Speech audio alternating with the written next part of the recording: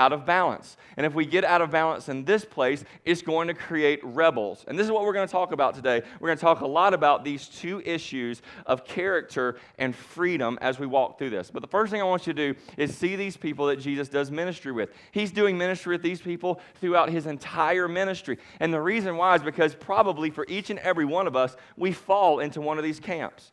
We either have a propensity towards being a Pharisee, focusing everything on character development, or we have the tendency to be the rebel and focus everything on freedom. And Jesus was doing ministry to both of them. And the likelihood is you're raising a child who has the propensity towards one of these two things. And Jesus has something to say to both of them. And here's what the Bible says. I want you to look at this. This is Luke chapter 15, verses 1 and 2. One of the greatest stories in the Bible as Jesus talks about ministering to those that are far from God. And he begins by telling the story to these two people because this is who he's always doing ministry with. Luke chapter 15, verse 1 and 2 says, "Now the tax collectors and the sinners," that's all those that were kind of living for all the freedom they could have, were drawing near to Jesus. They were drawing near to Jesus because of his grace.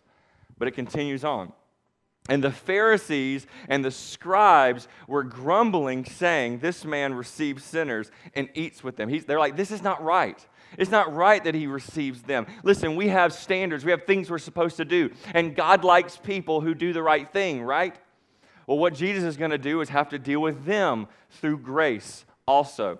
The whole foundation of what we're doing is this very thing, is to make sure that we raise kids who are balanced in their approach, to understand that God does have something he wants them to do, and that he does have an idea of who they're supposed to be. But we also have to recognize that at some point we're going to have to release these children into the world